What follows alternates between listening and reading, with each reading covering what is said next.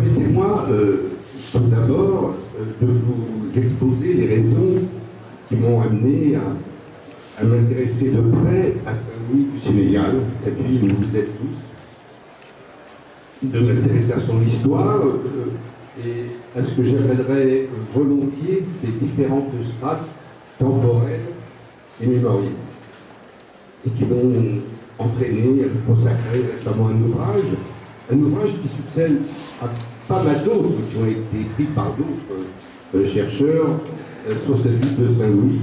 Et je suis sûr qu'il y aura d'autres livres qui sont écrits sur cette ville de Saint-Louis. Alors voici maintenant pas mal d'années, presque 20 ans, je m'étais penché sur la longue histoire des relations. La longue histoire des relations de la France avec l'Afrique. Histoire coloniale, bien sûr, mais histoire également de ses relations après les indépendances africaines sur lesquelles il était fréquent d'ironiser, pour en parler comme des relations néocoloniales constitutives de ce qui était couramment appelé la France-Afrique. Dans cette longue histoire des relations franco-africaines, j'étais évidemment tombé, si j'ose dire, sur Saint-Louis, en particulier sur ce moment tout à fait remarquable du début de la Troisième République, exactement en 1872, quand le vieux comptoir de commerce fondé par l'ancien régime au XVIIe siècle devint une commune française de plein exercice. Une commune où tous les habitants, qu'ils fussent blancs, noirs ou métis, purent exercer des droits de citoyen.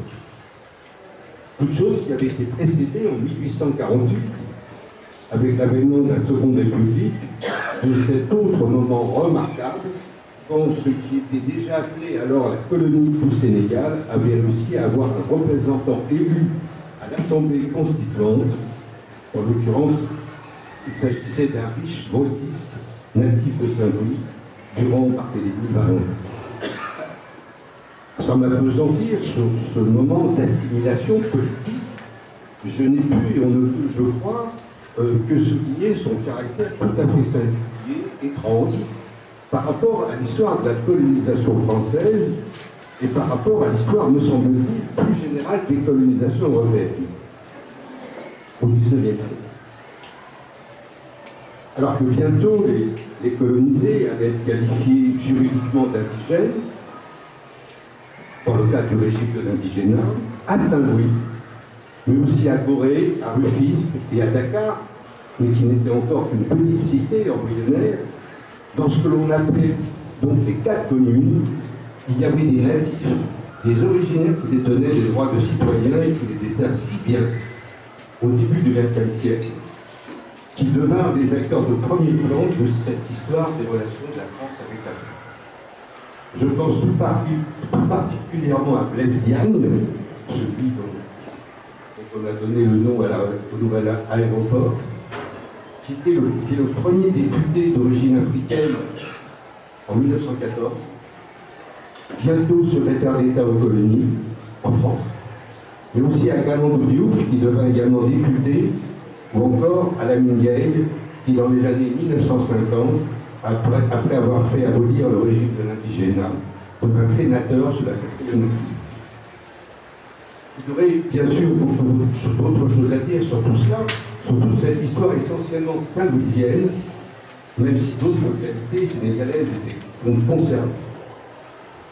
Sauf à souligner ce fait également assez remarquable que cette assimilation politique ne fut pas une assimilation culturelle, puisque les citoyens africains purent conserver leur statut personnel, par exemple être politique. Comme je ne vais pas empiéter sur le cœur de mon propos, je voudrais poursuivre en vous livrant là encore assez rapidement une deuxième raison, assez différente de la première, qui m'a poussé à me passionner encore un peu plus pour ça. Au milieu des années 2000, je me suis intéressé à la confrérie mouride, ou plutôt à ce que j'appelle plus volontiers le monde mouride, c'est-à-dire un monde qui tout au long du XXe siècle, mais surtout depuis les années 1970-80, n'a cessé de grandir, de gagner en puissance économique, territoriale, politique, urbaine, à l'image de la cité sainte de Touba, qui est devenue la deuxième agglomération du Sénégal après la gare, et qui compte quelques 6 ou 700 000 habitants. Je m'y suis intéressé en m'attachant particulièrement à ces nombreux lieux de mémoire, à leur multiplication et à la manière dont ces lieux se traduisent par d'intenses pratiques de commémoration et de pèlerinage, de ce que l'on appelle dans le monde mouride des magas. Or justement, il existe une intense pratique de commémoration, un maga qui depuis quelques décennies se déroule à Saint-Louis. Depuis, en effet, 1976, en prenant de l'ampleur au fil des années, le 5 septembre, et pendant une semaine, Saint-Louis est le théâtre de la commémoration dénommée le Magal des deux Rakas, du procès que les autorités françaises firent au fondateur de la Mouridia, Cheikh Amadou Bamba. Cela pour trouble à l'ordre public. Un procès qui se déroula précisément le 5 septembre 1895 et qui aboutit à sa condamnation à la déportation au Gabon, mais dont il reviendra 7 ans plus tard. Là encore, je ne peux m'attarder plus longtemps sur cette affaire, bien qu'il y aurait là aussi beaucoup de choses à dire. Je voudrais cependant indiquer que ce qui m'est apparu remarquable dans cette commémoration, inventée donc assez tardivement, c'est que la vieille cité de Saint-Louis, durant l'événement, y est, si j'ose dire, repeinte aux couleurs mourides. Et spécialement en un endroit qui est déjà en lui-même un lieu de mémoire. Oserais-je dire son principal lieu de mémoire, à savoir la place Faidherbe, où se tient le palais et le statut du fameux gouverneur qui a fait sous le Second Empire, depuis Saint-Louis, depuis la commune de plein exercice qu'elle allait bientôt devenir, qui a fait la conquête du Sénégal et dont les manières de conquérir et d'administrer ont servi plus largement de modèle à la colonisation française dans l'Afrique. Tous les 5 septembre, et pendant plusieurs jours en effet, la place Faidherbe laisse découvrir les immenses portraits de Cheikh Amadou Bamba et de son principal disciple, Cheikh Ibrahima. Comme si une mémoire plus forte, plus sénégalaise en quelque sorte, était désormais susceptible de l'emporter sur celle toujours apparemment de mise d'un Saint-Louis incarnant la colonisation du Sénégal et de bien d'autres régions d'Afrique, par la France. Dois-je préciser qu'à l'occasion de cette commémoration, les autorités mourides décidèrent à plusieurs reprises de débaptiser certaines rues de Saint-Louis. De Dar, précisément, puisque c'est son nom wolof originel. De débaptiser des rues portant le nom de Français pour leur donner celui de grands personnages de la confrérie. Et tout récemment, au cours de la cérémonie, la statue de Faidherbe fut renversée. Et s'il fut officiellement dit que l'accident fut causé par un vent violent, et qu'il fallait bien sûr remettre la statue en état, d'aucuns penseurs ont sans raison qu'il s'agissait là d'un geste volontaire de déboulonnage commis nuitamment par quelques fidèles mourides.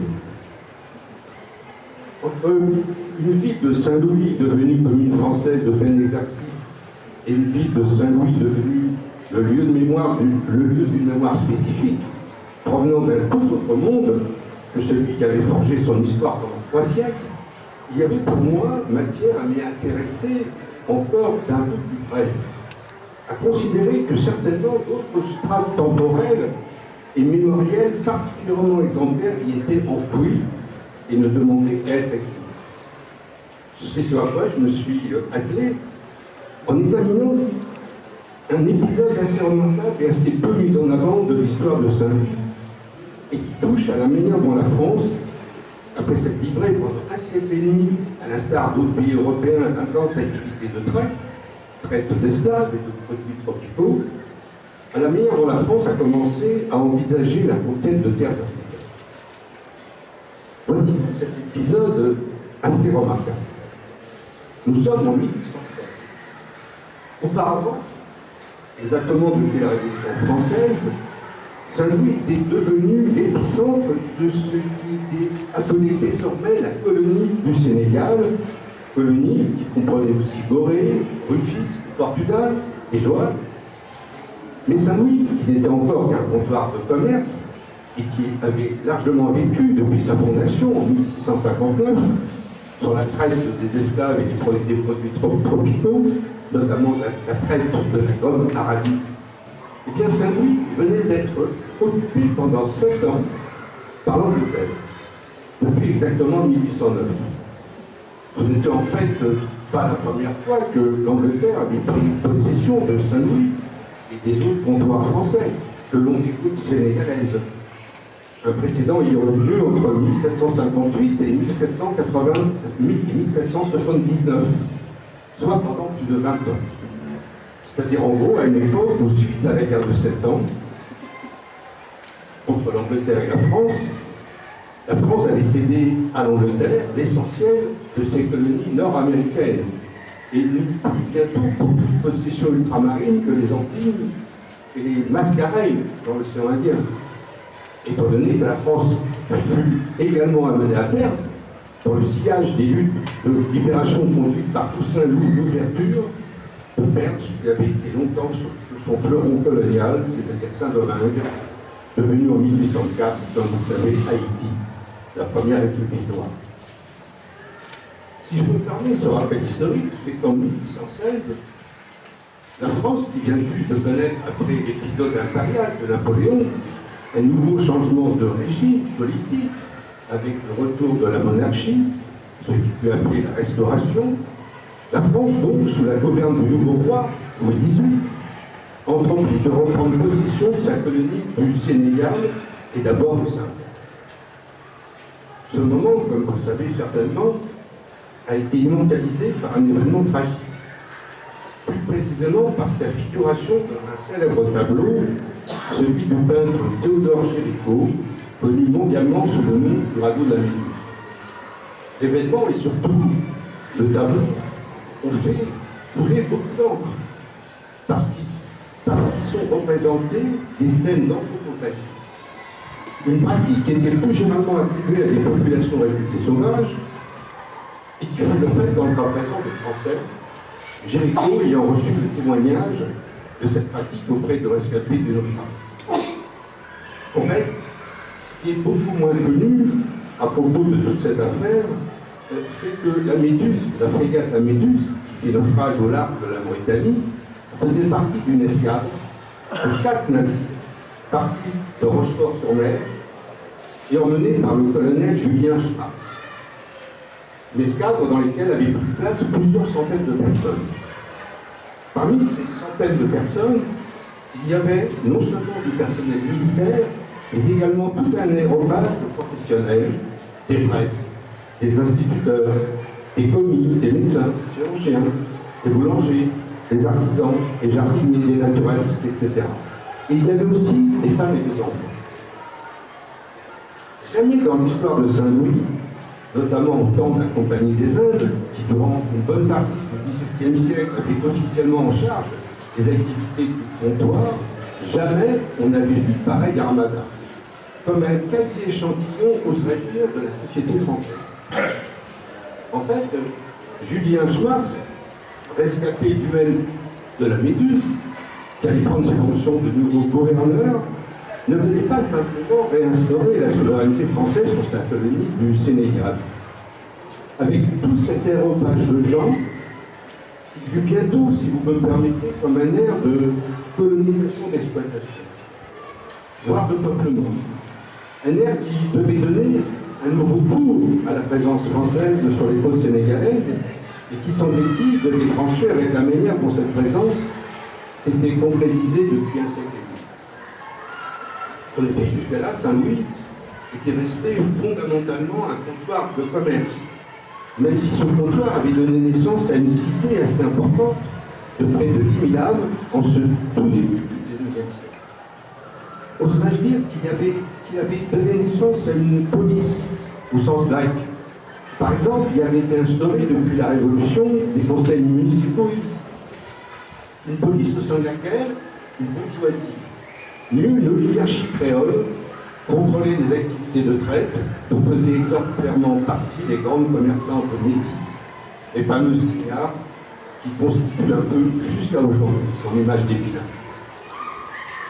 Plus précisément, Saint-Louis était avant tout tourné d'un côté vers la mer, par l'Atlantique, de l'autre vers le fleuve Sénégal, par où étaient transportés des produits de traite, provenant souvent de très loin, notamment en ce qui concerne les esclaves de l'actuel Mali. Autrement dit, elle était très peu tournée vers la terre, vers l'Interland, qui était l'affaire des royaumes wolofs et des tribus morts. D'ailleurs, durant les 7 années d'occupation anglaise, Saint-Louis était devenu un comptoir singulièrement interlope où des négociants et des corsaires de tous horizons venaient faire leur luxe, les uns pour la gomme, l'or ou l'ivoire, les autres pour les esclaves destinés au marché caribéen et américain. Avec tout cet aréopage de gens, cet échantillon, comme je l'ai appelé, de population française, il est clair que quelque chose était en train de changer, ou plutôt visait à l'être, par rapport à ce qu'avait été jusque-là la vie et les horizons pratiques de Saint-Louis. À cet égard, il est remarquable que parmi les rescapés de la Méduse, il y eut, outre le colonel Schwartz, un certain Gaspard Théodore Moyen, qui en 1818 prospecta le Fouta Djallon et découvrit dans la foulée les sources du Sénégal et du Niger. Tandis que peu après, un autre personnage assez peu connu, mais aussi issu de l'expédition de Schwartz, répondant au nom de Ferdinand Duranton, explora le Haut-Sénégal, mais choix comme d'autres avant lui à accéder à la mythique cité de Tombouctou. Ce que réussit à faire, un peu plus tard, en 1828, le célèbre René Caillé, qui lui aussi avait été embarqué à Rochefort en 1816, mais qui ne put mener son projet à bien qu'après bien des détours, des vicissitudes et des subterfuges, notamment en ayant appris l'arabe et en se faisant passer pour musulman.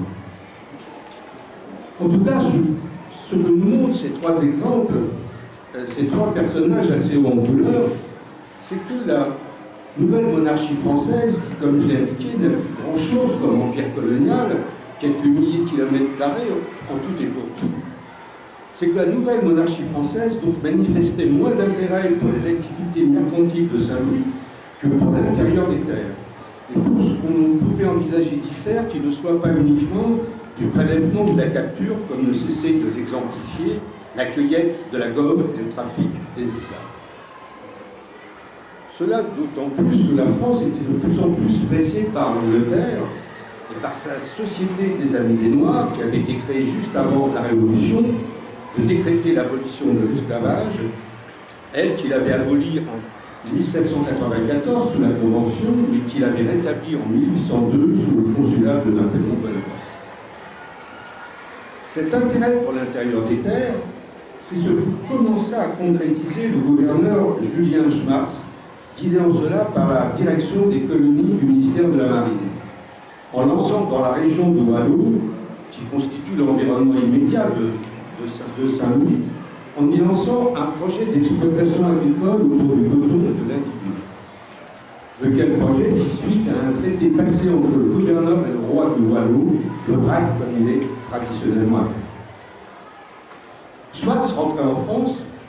Ce projet prit bien plus d'ampleur avec un autre gouverneur qui s'installa en 1822, c'est-à-dire avec un certain Jacques-François Roger, plus connu sous le nom du baron Roger. Alors, ce personnage est remarquablement intéressant, car bien qu'il fût un ferme opposant à la Restauration, c'est-à-dire libéral et républicain, ainsi surtout que franc-maçon, membre du Grand Orient de France, il n'en est pas moins parvenu à être affecté à Saint-Louis. Cela semble-t-il grâce à l'entregent de la célèbre Anne-Marie Jaouvet, fondatrice de la congrégation des Sœurs Saint-Joseph de Cluny. C'est du reste sous le gouvernorat du baron Rocher que Saint-Louis connut ses premières écoles missionnaires, celles que mit justement en place la congrégation d'Anne-Marie Jaouvet, qui également se mit à y construire une première église, mais aussi le tout premier hôpital civil. C'est aussi sous son gouvernorat que Saint-Louis connut l'affiliation de ses francs-maçons au Grand Orient de France, comme était lui-même le baron Roger. La franc-maçonnerie à Saint-Louis remontait à avant la Révolution. Je serais assez tenté de dire qu'en ces années 1820, Saint-Louis du Sénégal fut en quelque sorte repris en main, conjointement par le trône, l'autel et les frères de lumière. et que ce fut là, avec tous les corps de métier qui étaient représentés, comme un renforcement particulièrement marqué, emblématique de son appartenance à la France. Qu'elle soit devenue 50 ans plus tard une commune de plein exercice fut d'une certaine façon dans l'ordre des choses, dans le droit fil de ce qui se passa durant cette période des années 1820. Mais le gouvernorat du baron Roger, ce fut également en effet la poursuite résolue de ce qu'avait entrepris le colonel Julien Schmartz, c'est-à-dire acquérir des concessions foncières auprès des souverains wolofs et morts, en l'occurrence ceux qui étaient les habituels partenaires des différentes traites, cela pour se livrer avec leur accord à toute autre chose, ce qu'on pourrait appeler de véritables expérimentations agricoles. Dirigées par des botanistes, des jardiniers comme on les appelait, spécialement par un certain Jean-Michel Richard, qui laissa depuis lors son nom à la localité de Richard-Tol, le jardin de Richard, Tol signifiant jardin en wolof, une localité qui est située le long du fleuve à 100 km de Saint-Louis. Eh bien, ces expérimentations agricoles ne portèrent pas seulement sur le coton et la tigo, comme à Pexmas, mais également sur le tabac, la canne à sucre, des fruits et des légumes d'Europe, des plantes médicinales, ainsi et surtout que sur l'arachide. Une légumineuse qui, quelques décennies plus tard, connaîtra dans tout le foutage jalon un très grand développement, notamment grâce à l'activité des mourides et de leur efficace communauté d'enseignement et de travail, les fameux dards. Chose ici encore remarquable, pour travailler sur ces terres d'expérimentation agricole, les autorités recoururent à de la main-d'œuvre venue de Martinique. En réalité, à des personnes qui avaient été condamnées pour fait de rébellion. Il s'agissait en réalité de mulâtres affranchis qui avaient réclamé tout à la fois l'abolition de l'esclavage et une égalité de droits. Ce qui fait, et l'affaire est de ce point de vue également remarquable, puisqu'elle précède la création du Libéria et le mouvement du Back to Africa de Marcus Garvey, ce qui fait que ces affranchis traversèrent l'Atlantique dans le sens contraire de celui qui avait pris l'avancée. Les autorités de Saint-Louis recoururent donc à quelques 200 Martiniquais, mais aussi à des esclaves locaux auxquels il fut proposé l'affranchissement contre les prestations de travail, sociétaires d'expérimentation agricole, des captifs affranchis donc, qui furent appelés de manière très euphémisée les engagés à temps. Cependant, cette entreprise de colonisation agricole qui s'étala sur des dizaines d'années, conduite donc par Schmartz puis amplifiée par le baron Roger, l'entreprise finalement tourna à court. À cela, au moins deux raisons. La première, c'est que l'entreprise coûtait très cher pour des résultats peu probants. Le baron Roger, sans doute emporté par son élan novateur, se fit même construire une sorte de château dans la localité de Richard-Tol, une manifestation d'ostentation qui très certainement déplut au ministère de la Marine. La seconde raison, c'est que le milieu des traitants créoles qui s'était fortifié depuis plus d'un siècle, et qui avait fait de Saint-Louis, comme je l'ai indiqué précédemment, une cité, une police, avec sa hiérarchie et son style de vie particulier, c'est que ce milieu ne voyait pas d'un très bon œil le nouveau cours que prétendaient faire prendre à leur cité les autorités françaises.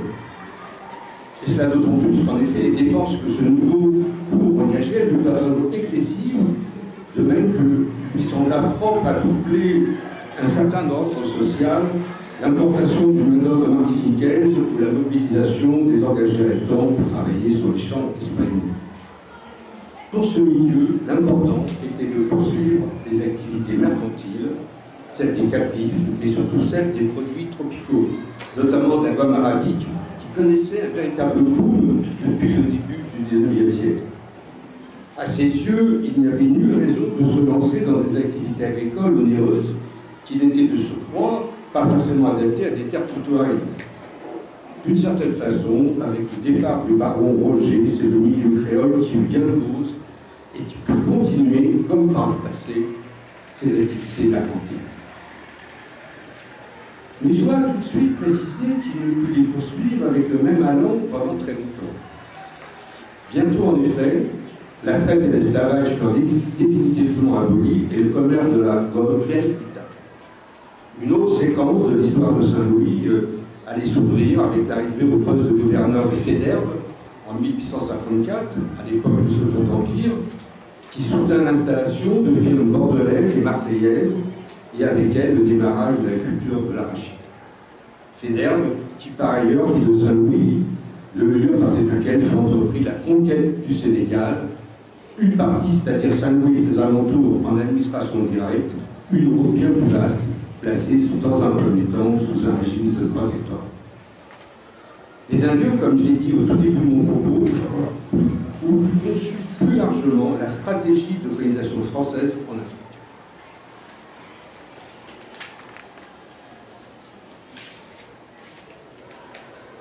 Je voudrais maintenant, pour conclure, tirer quelques enseignements de cet épisode assez remarquable de l'histoire de Saint-Louis, enseignements assortis de quelques observations supplémentaires.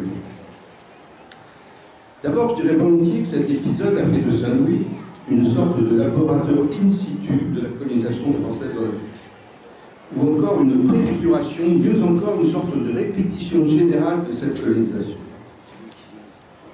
En se tournant ainsi vers son hinterland pour y concevoir et mettre en œuvre des projets agricoles, c'est bien l'idée d'une mise en exploitation des terres qui est, sinon mise en pratique, du moins expérimentée.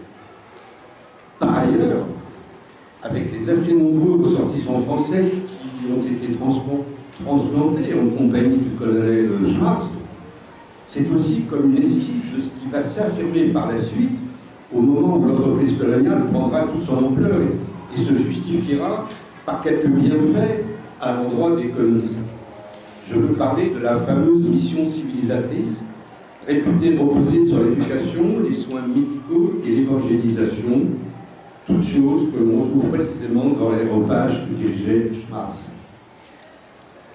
J'ajouterais volontiers que le recours à la main-d'œuvre martiniquaise et aux engagés à temps n'est pas sans évoquer le travail forcé, tel qu'il sera instauré à la fin du XIXe siècle, dans le cadre de la mise en place du régime de l'indigénat, une contrainte qui fut imposée par les autorités coloniales jusqu'en 1945 aux colonisés pour qu'ils œuvrent notamment aux travaux d'infrastructure. Je voudrais également ajouter un autre élément qui exemplifie encore un peu plus en quoi cet épisode préfigure assez bien la colonisation française telle qu'elle prendra forme quelques décennies plus tard.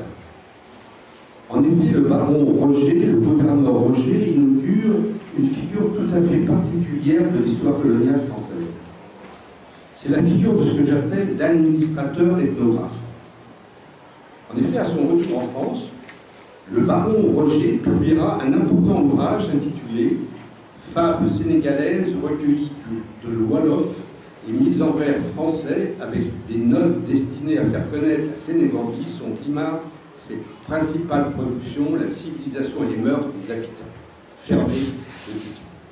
Titre donc particulièrement long, mais très éloquent, qui montre, s'il était besoin, tout l'intérêt que le baron Roger avait porté, non pas au comptoir de commerce, qui était encore Saint-Louis à cette époque, mais à son environnement, aux terres et aux gens du cru, qui les habitaient.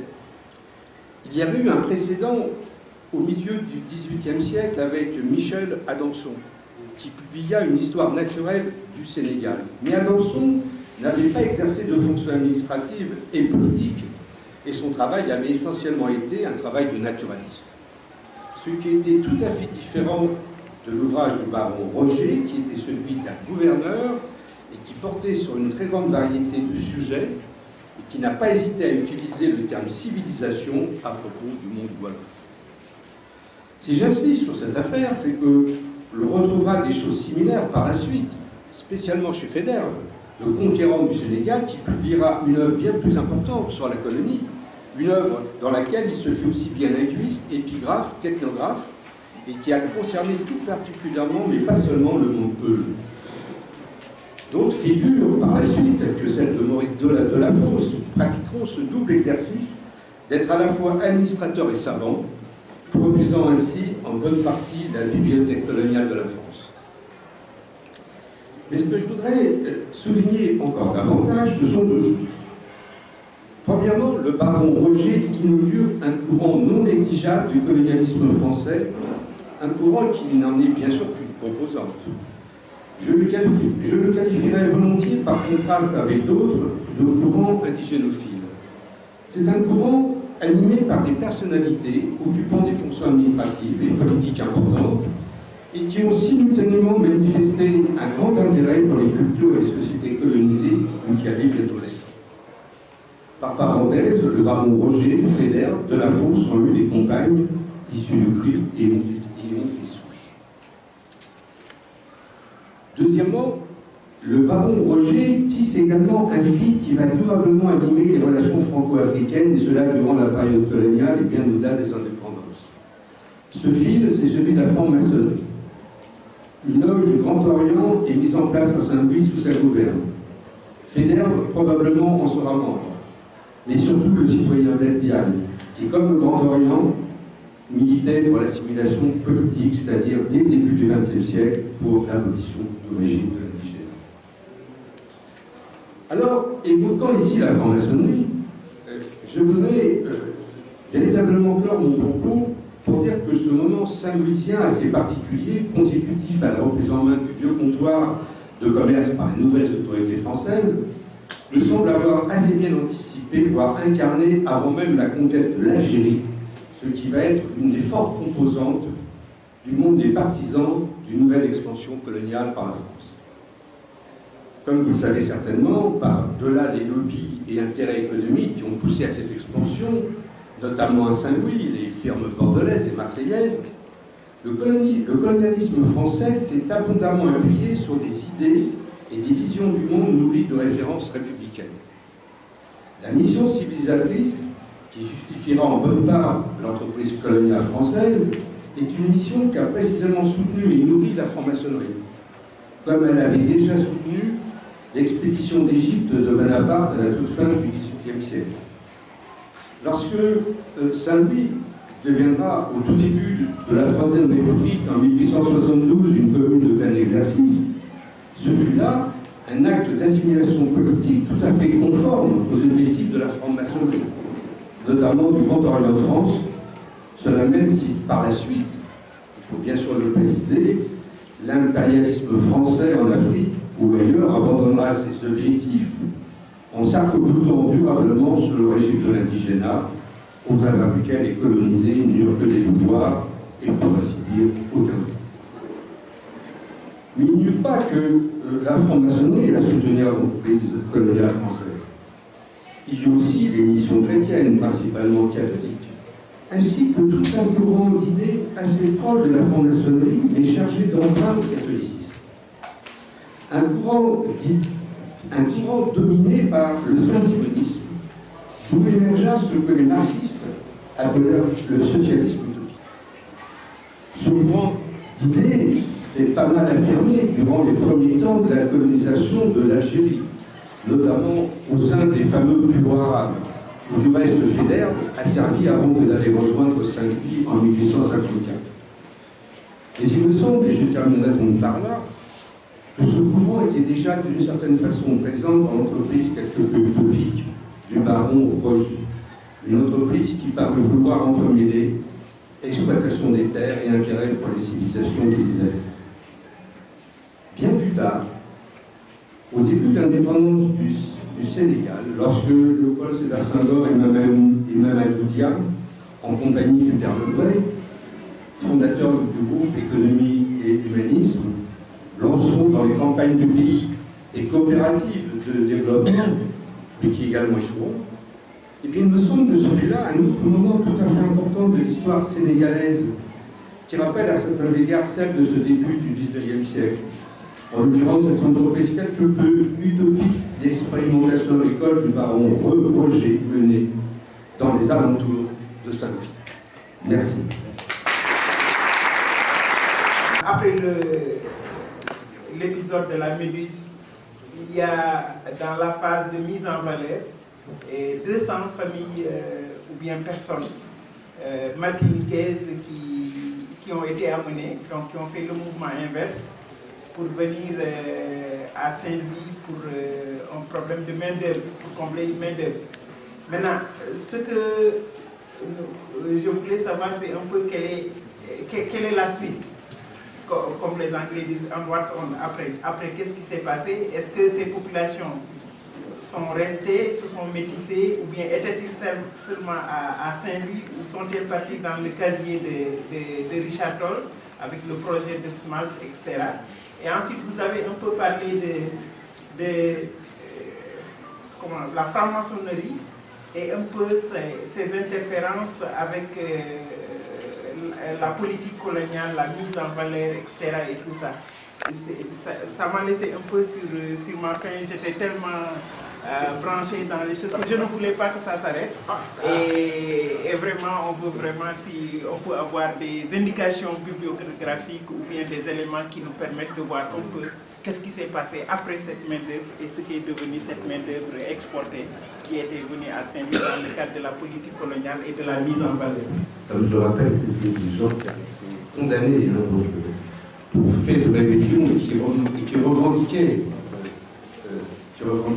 c'était des affranchis, mais qui revendiquaient des droits de citoyens aussi. Donc c'est déjà très intéressant. Mais donc ils ont été condamnés à retourner, mais ils ne sont pas retournés dans leur pays natal, évidemment, ils sont retournés là où on les a envoyés. Mais alors, d'après ce que je crois savoir, c'est pas très bien documenté la suite. Je crois, il me semble-t-il, beaucoup d'entre eux ont fait souche ici. Ils se sont mélangés ici, bien sûr un certain nombre sont morts, c'est un travail harassant, mais la plupart sont restés ici, ne sont pas allés ailleurs, et donc il faudrait faire des enquêtes extrêmement précises dans les familles, de même qu'ici, à Saint-Louis, il y a des descendants d'Anglais, parce que les Anglais ont occupé par 2 fois Saint-Louis, et ils ont également fait souche. Donc il y a donc des histoires familiales qu'il faut regarder de près, ici à Saint-Louis, pour repérer ces Martiniquais comme on peut repérer les ancêtres britanniques. Alors, au sujet de la franc-maçonnerie, en effet, c'est un fil important. D'abord, c'est un fil qui existe aussi bien aux Antilles. On dit que l'ouverture était franc-maçon aussi. Donc on a là, des 2 côtés de l'Atlantique, la franc-maçonnerie a opéré très tôt. Et elle va opérer en France, ici à Saint-Louis, avant la Révolution, mais c'est surtout avec le baron Roger, en effet, c'est le Grand Orient de France qui vraiment s'impose, et parce qu'il y avait d'autres loges, et ça va constituer, en effet, dans l'histoire sénégalaise, mais pas seulement, dans l'histoire franco-africaine, un fil tout à fait essentiel. Bien sûr, Lesgagne lui-même, comme vous savez, franc-maçon, frère de lumière, il était douanier, il était en poste au Gabon avant que d'être retourné ici. Il était coréen, donc il est venu à Saint-Louis. Il a comment dire, lui-même imprimé comment dire, un style tout à fait important que d'autres vont suivre. Alors, bien sûr, la question de la franc-maçonnerie au Sénégal reste un sujet non pas tabou, mais difficile, puisque, comme, évidemment, on est dans un monde musulman qui, comme la religion catholique, condamne la franc-maçonnerie. Donc, on est dans des affaires compliquées à chaque fois. Mais un certain nombre d'autres grandes figures sénégalaises vont être francs-maçonnes, comme d'autres grandes figures africaines vont l'être tout au long du XXe siècle. Et on a là, encore jusqu'à aujourd'hui, comment dirais-je, une compréhension des relations franco-africaines à travers le... Bien sûr, ce n'est pas l'unique prisme, hein, mais c'est un prisme très important, car, si vous voulez, ce qui était important, c'est que quand on devenait franc-maçon, on était des égaux, n'est-ce pas? On était des frères. Et donc, autrement dit, on acquérait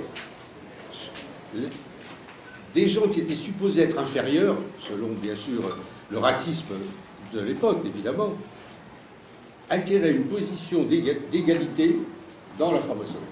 Donc ça a quand même été la promotion, je veux dire, la plus forte qui est existée. Bien sûr que, comment dirais-je, tous les Africains ne rentraient pas dans la franc-maçonnerie, évidemment pas. Mais c'était la voie par laquelle l'égalité, au moins formelle, est apparue. J'avais écrit avant, justement à l'époque où je me suis intéressé à Saint-Louis la première fois, c'était il y a plus de 20 ans, un livre qui s'appelle « Frères et sujets ». Frères et sujets. J'avais repris ça de Hannah Arendt, qui avait dit, dans un livre sur l'impérialisme, elle avait dit « Les Français, ils ont traité leurs colonisés à la fois comme des frères et des sujets. » Donc l'ambivalence typique, l'ambiguïté française.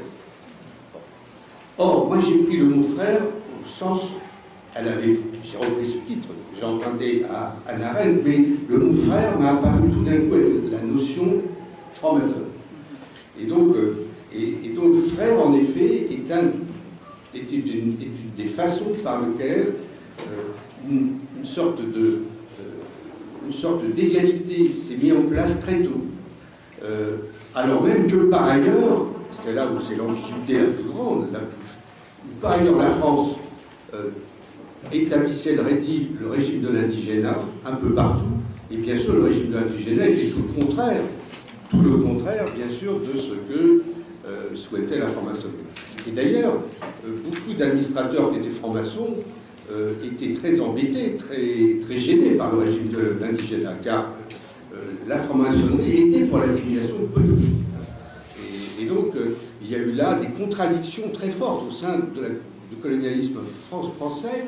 Il y a tous ceux qui, par exemple, considéraient que les Anglais avaient raison, qu'il fallait faire de l'indirect rule, qu'il fallait faire surtout de l'association.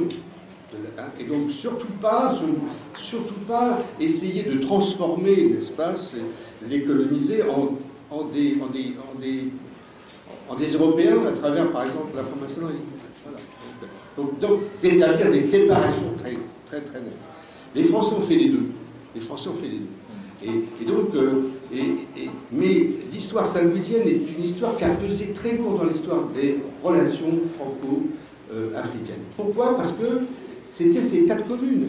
On a fabriqué en Afrique, au Sénégal, des villes où les gens, quels qu'ils soient, étaient des citoyens. Et donc ça a créé une histoire particulière, puisque très tôt, des Africains, dont Blaise Diagne, sont devenus des acteurs de la politique coloniale de la France, eux-mêmes. Blaise Diagne en étant le tout premier. C'est lui qui fait le recrutement des tirailleurs pour la Première Guerre. Il devient haut-commissaire aux effectifs coloniaux par Clémenceau.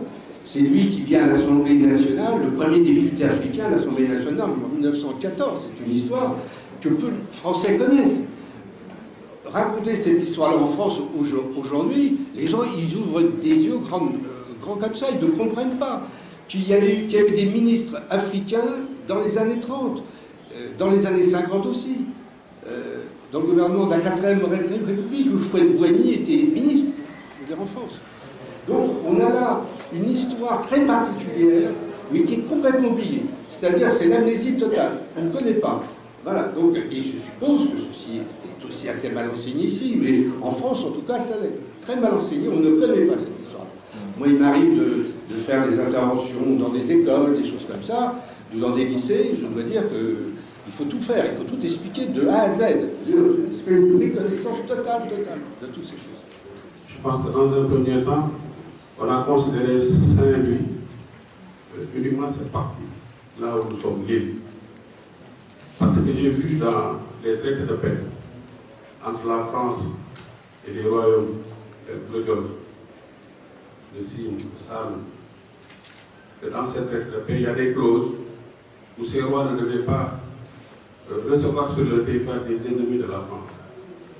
Et la France aussi ne devait pas recevoir sur ces territoires, à savoir l'île, des ennemis de ces royaumes-là. C'est pourquoi quand il y a eu ces différences entre Samba Laobé et Albouri, quand Samba Laobé dans un premier temps comme dissident était sur l'île, on l'a chassé pour l'amener au niveau de la banque. Pour vous dire Dans la conception, c'est seule l'île qui était considérée comme la commune. Tout ce que vous avez dit par rapport à la Méduse, on est en phase, surtout les missions Théodore Gaspard à l'intérieur du pays, où il s'est comporté en ethnologue, en sociologue, pour faire plusieurs descriptions. Il y a eu des botanistes aussi, avec Michel Attanson, et je pense que cette maison même portait le nom de Michel Attanson. Quand nous faisons un peu d'héraldique, c'est ce monsieur qui, au mois de mai déjà, débarquait de Saint-Louis pour aller, en fait, en Mauritanie. Il a rencontré des arbres qui, en apparence, pour lui, étaient morts. C'était les baobabs. Au mois de juillet, quand il revenait, il a vu les feuillages, il lui a donné son nom, Michel Attanson. Voilà, pour vous dire qu'on est véritablement en phase. Vous avez parlé aussi des répercussions. C'est au XVIIIe siècle. Hein. Voilà. Des répercussions entre les relations entre la France et l'Angleterre. Suivant, c'était des relations heurtées ou amicales et leur pendant au niveau de la colonie. Je pense qu'il faudrait aussi lier les relations entre la France et l'Allemagne qui ont eu des pendants aussi sur la colonie. Pour rappel, le pont qui sert à relier l'île de l'autre côté était destiné à franchir le Danube et le Rhin vers l'Allemagne. En tout cas, cette histoire de Saint-Louis, il faut l'articuler non seulement avec Saint-Louis et l'Interland, mais aussi Saint-Louis et nos voisins du Nord, la Mauritanie. Et c'est là où il y a toute une histoire autour de cette traite, je ne parle pas d'esclavage, mais cette traite de la gomme, où nous pouvons revisiter pour le débat avec la gomme à la rue en Afrique occidentale, avec tout ce qu'il y a eu comme escale, au Rosso, Dagana, les pays, etc. En tout cas, nous sommes très attachés au titre de gouverneur. Nous sommes très attachés à Saint-Louis. C'est un lieu de mémoire pour la France, mais c'est un lieu de mémoire aussi pour nous, Sénégalais africains, avec ce que vous avez dit par rapport aux deux lacs. Je pense que c'est une histoire commune. Et nous sommes tellement attachés à ce titre de gouverneur qu'aujourd'hui, dans la réforme où nous parlons de l'acte 3 de la décentralisation, où véritablement, quand nous faisons, nous nous rendons compte qu'il n'y a pas en phase entre les collectivités et le commandement territorial, où véritablement ce verrou devait sauter, le verrou de gouverneur. Si nous allons dans la région lyonnaise, il n'y a pas de gouverneur, on n'a que des préfets, mais venez au Sénégal, avec l'acte 3 de la décentralisation, il n'y a plus de conseil régional, c'est le conseil départemental qui travaille avec les préfets.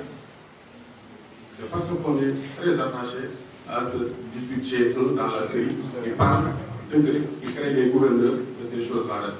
J'ai été long, excusez-moi et toutes nos félicitations. Vous avez parlé de strates temporelles et mémorielles. Et j'ai vu dans votre travail une profonde analyse. Vous êtes allé très loin dans l'esclavage de Saint-Louis pour justifier les éléments qui sont remontés comme étant des accidentalistes.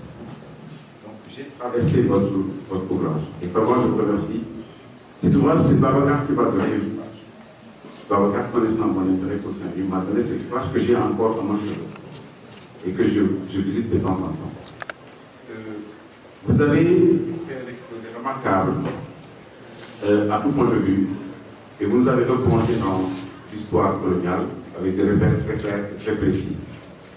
Je retiendrai quelque chose que vous avez dit et que j'ai beaucoup retenu du baron Roger, son expérimentation agricole, à la politique, ou alors plutôt à l'orientation coopérative inspirée par le père Lebré et par la suite de Ferdinand Montdial.